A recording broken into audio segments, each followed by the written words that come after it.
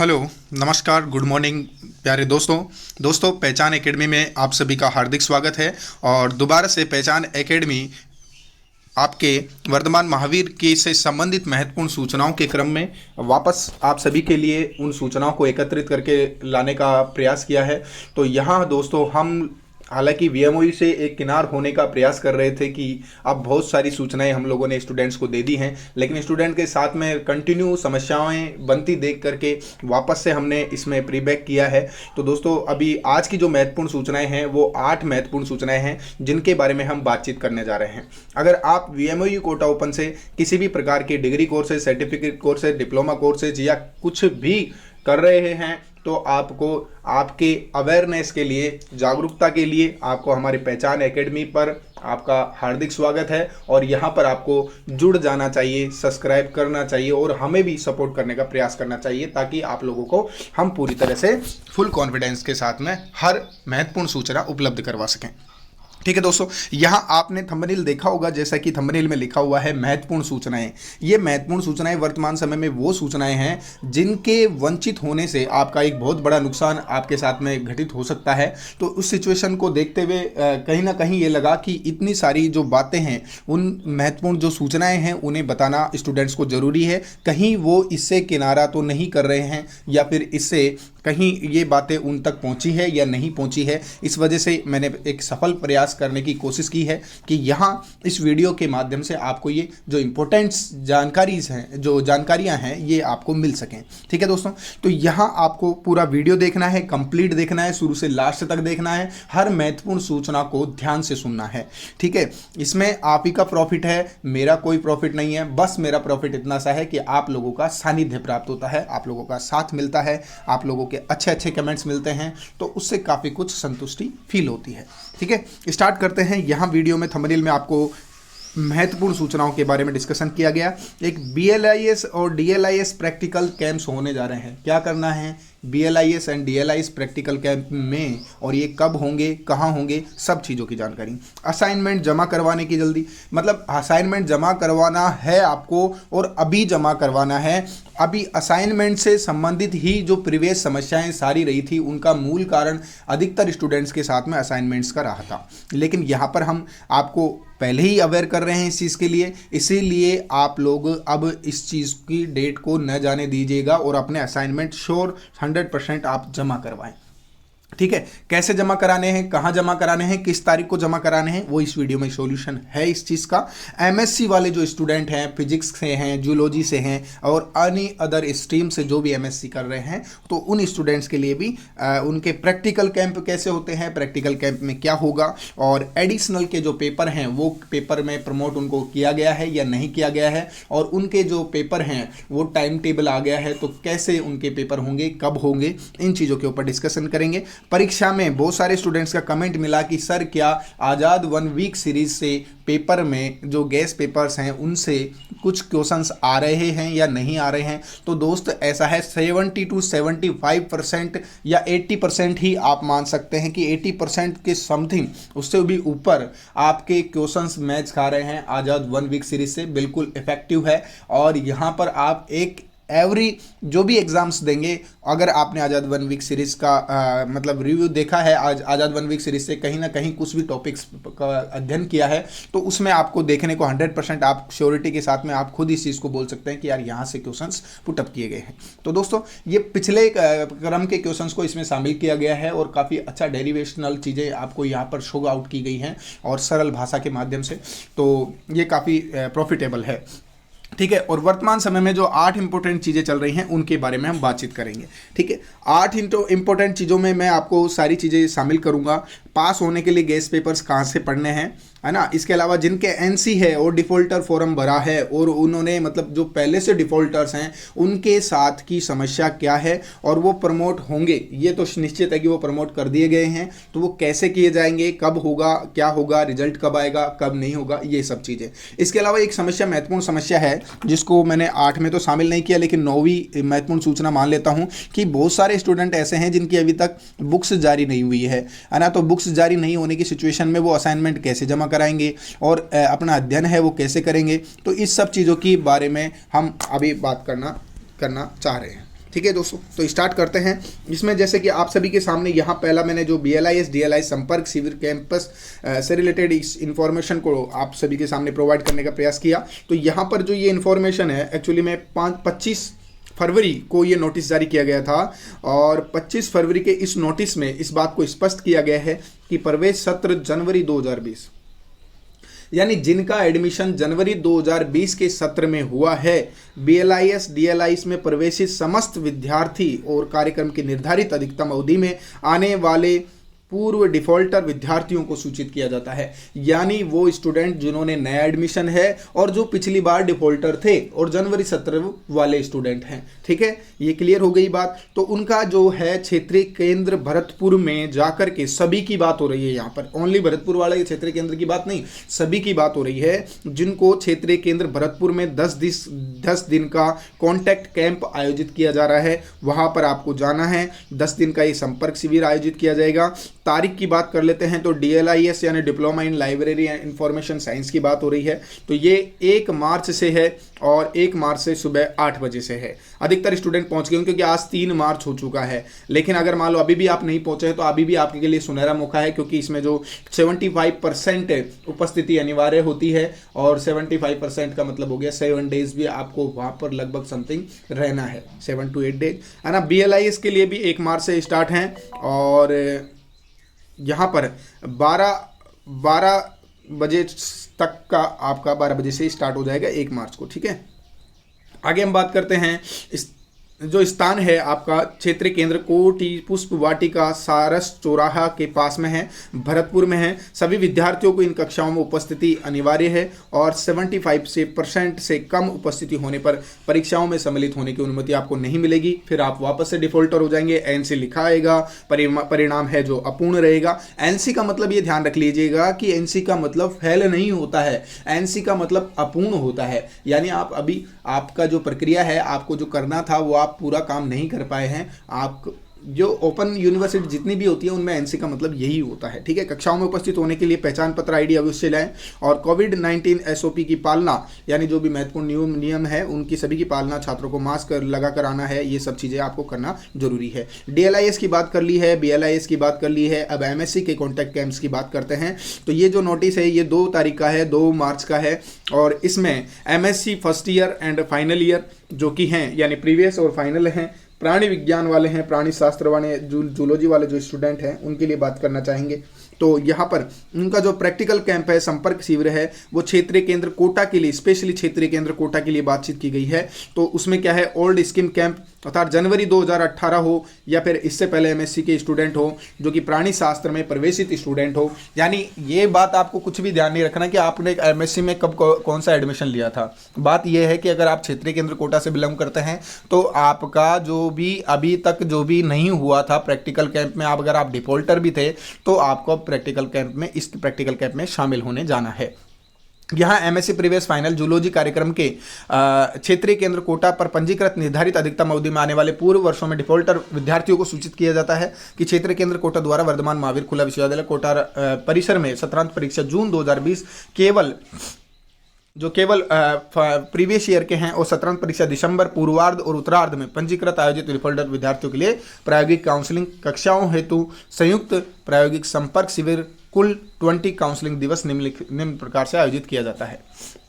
अलग अलग टाइप से है, यानी एक तो जून 2020 में जिनका एडमिशन है प्रीवियस ईयर में और जून 2020 में जिनकी एग्जाम होनी थी उनकी बात हो रही है ना, एडमिशन की बात नहीं है। सत्रांत परीक्षा जिनकी जून 2020 में होनी थी और सत्रांत परीक्षा जिनकी अभी दिसंबर में होनी है उनके लिए प्रैक्टिकल कैंप का जो ये आयोजन है ये 20 दिन का है। और इसमें पहली बात तो जो प्रीवियस वाले हैं उनके लिए 10 दिन का और 20 दिन फाइनल का, जो कि अगर जिनके मान लो कि प्रीवियस के भी डिफॉल्टर हैं और फाइनल के भी डिफॉल्टर हैं तो वो उनका 20 दिन का रहेगा ऑनवर्ड्स। ठीक है, यहाँ पर पाठ्यक्रम की बात आपको जूलॉजी में समझ में आ गई होगी और 5 मार्च से स्टार्ट होने वाला है और यहाँ पर 5 मार्च से स्टार्ट, दोनों ही 5 मार्च से स्टार्ट होंगे। ये 8 बजे का टाइम है, इसका 11:30 बजे का है और इसका जो लोकेशन है वो रहेगा प्राणी शास्त्र प्रयोगशाला, कमरा नंबर जो है 901 विज्ञान भवन में है, Vardhman Mahaveer Kota open university Rawatbhata road पे है और प्राणी शास्त्र 901 विज्ञान भवन में, इसी में यहाँ पर आपको ये वाला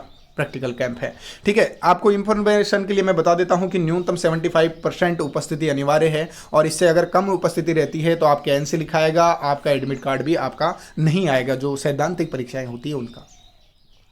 विद्यार्थी को जो रहने खाने की व्यवस्था है वो सभी आपको खुद को करनी पड़ेगी, और इसके अलावा कोई भी आपको आईडी लेकर वहाँ पर जाना है, और इसमें समय सारणी का जो प्रावधान है वो विश्वविद्यालय के पास सुरक्षित है।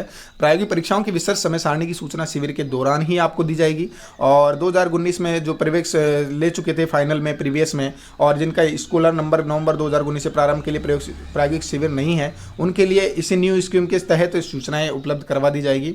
तो ये सब सूचनाएं हैं जो आपको जानना बहुत जरूरी है। कोविड की सिचुएशन का आपको बहुत ध्यान रखना है।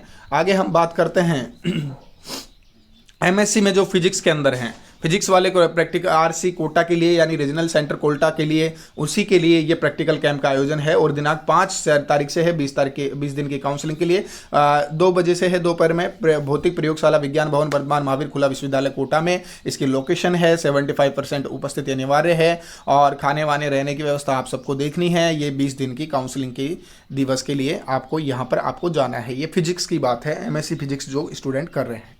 ठीक है, इसमें पहले वाला जो भी हो, डिफॉल्टर हो, कोई भी स्टूडेंट हो, तो जिनका अगर प्रैक्टिकल कैंप नहीं हो पाया है वो स्टूडेंट इसमें शामिल हो सकते हैं। ये 1 मार्च का आपका नोटिस जारी किया हुआ नोटिस है।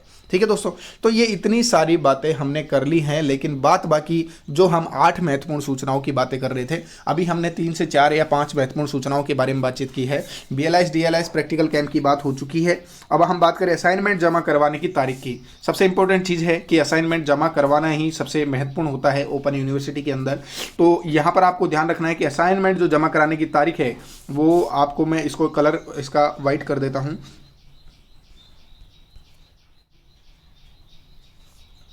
यहाँ पर असाइनमेंट जमा कराने की जो तारीख है वो जुलाई में प्रवेशित छात्र, कौन से छात्र हैं, तो जुलाई में जो प्रवेशित छात्र हैं उनकी मैं बात कर रहा हूँ।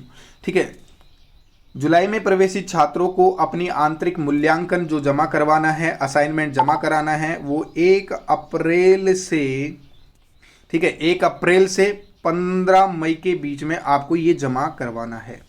ठीक, यानी जिनका एडमिशन जुलाई में हुआ है उनको असाइनमेंट अब जमा करवाने हैं, उनकी तारीख है 1 अप्रैल से 15 मई, ताकि आपकी जो अभी आपके जुलाई सेशन की एग्जाम 2021 में होगी उस एग्जाम में आप लोग आसानी से बैठ पाओगे। एनसी नहीं लिखाएगा, टाइम पर आपके जो मार्क्स हैं वो विल बी एडेड कर दिए जाएंगे। ठीक है, इसके अलावा जो स्टूडेंट इससे पहले जुलाई सेशन के हैं, यानी जो कि अब से पहले किसी भी वर्ष में हो, कुछ भी हो, XYZ है ना, उस बात को आप छोड़ दीजिए कि जुलाई की ही बात हो रही है। आप जनवरी सेशन से हो, किसी भी सेशन से हो, और आपने अभी तक असाइनमेंट्स जमा नहीं करवाए हैं, तो वो भी विद्यार्थी असाइनमेंट जमा करवा सकते हैं। ये फिर से सुन लेना, अच्छी तरह से दिमाग में बिठा लेना कि जो अभी तक असाइनमेंट किसी भी चीज़ के जमा नहीं करवाए हैं, वो चाहे जनवरी स्टूडेंट हो या फिर वो जुलाई का स्टूडेंट हो, कोई भी स्टूडेंट हो, असाइनमेंट अगर उसे जमा करवाने हैं तो वो अभी 1 अप्रैल से 15 मई के बीच में असाइनमेंट जमा करवा सकता है।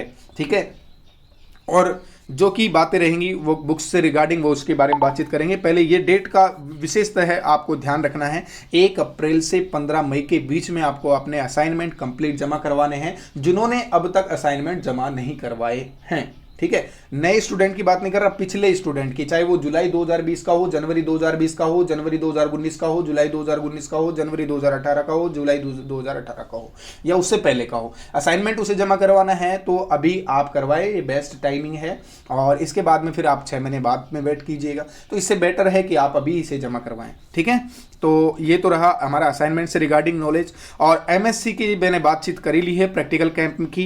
एडिशनल वालों की बात करता हूँ। एडिशनल वालों को मैं पहले भी इस चीज़ को क्लियर तरीके से नहीं बता रहा था कि आपको प्रमोट कैटेगरी में रखा गया है।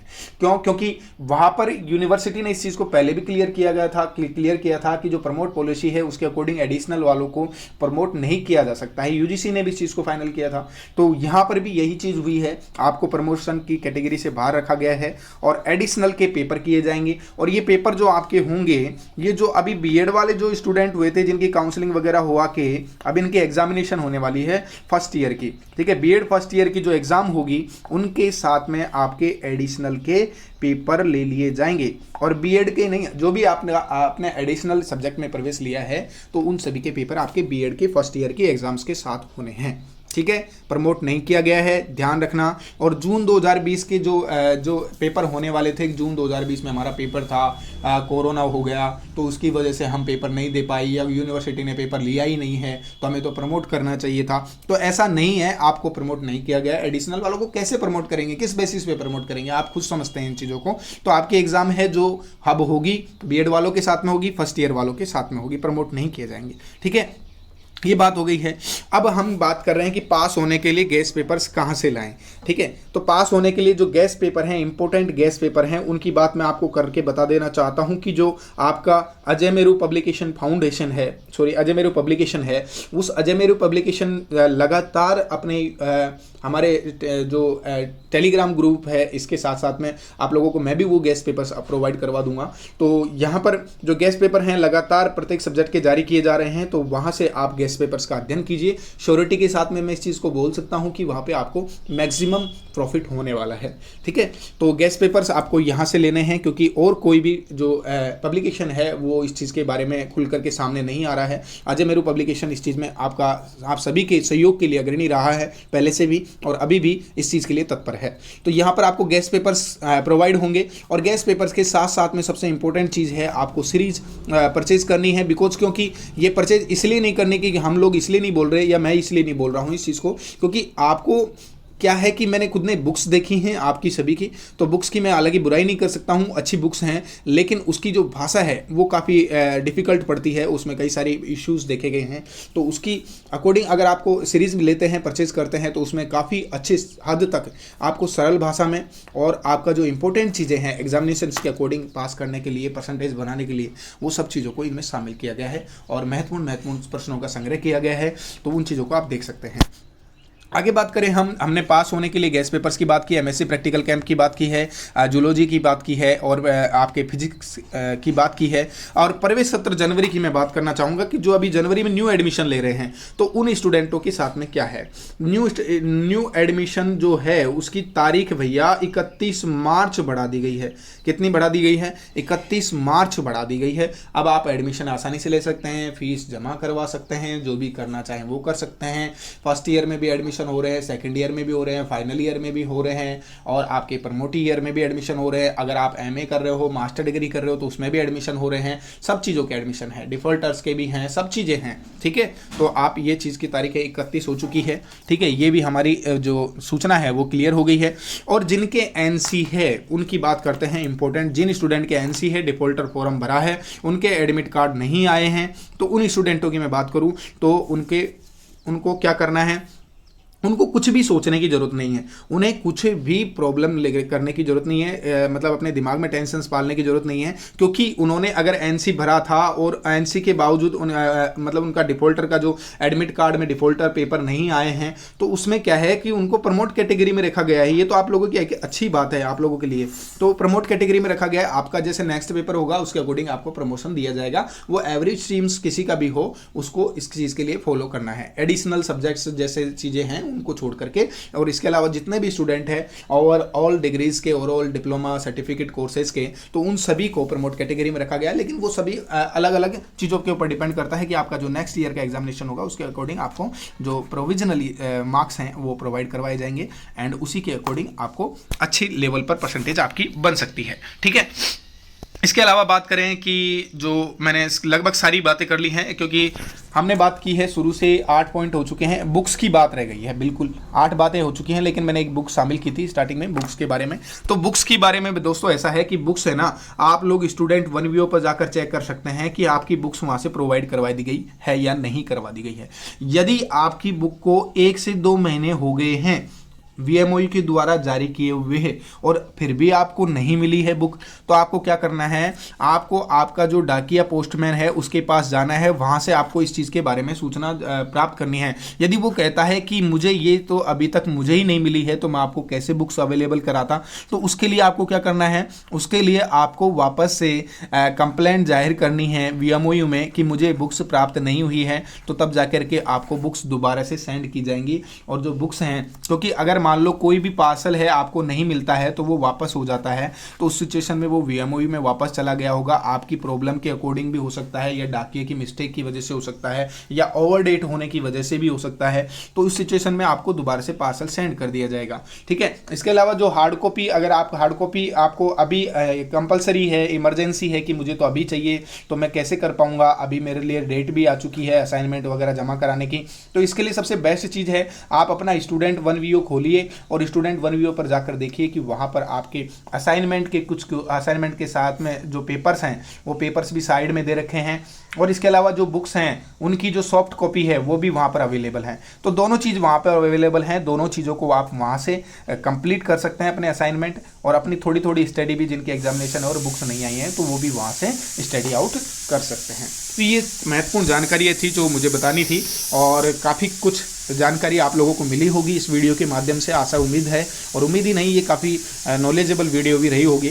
तो दोस्तों मिलते हैं नेक्स्ट वीडियो में, जब तक के लिए आपका समर्थन, आपका सानिध्य, आपका साथ, आपकी जो महत्वपूर्ण कमेंटेशन है वो हमें अनिवार्य रूप से आवश्यक है।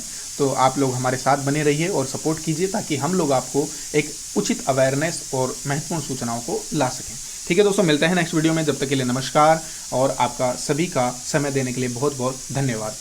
वीडियो को शेयर भी कर दीजिए करो, ताकि दूसरे स्टूडेंट जो हैं उनका भी भला हो सके यार। आप लोग पता नहीं वीडियो को शेयर ही नहीं करते हैं यार, शेयर कीजिए करें, है ना। ठीक है, मिलते हैं नेक्स्ट वीडियो में, नमस्कार।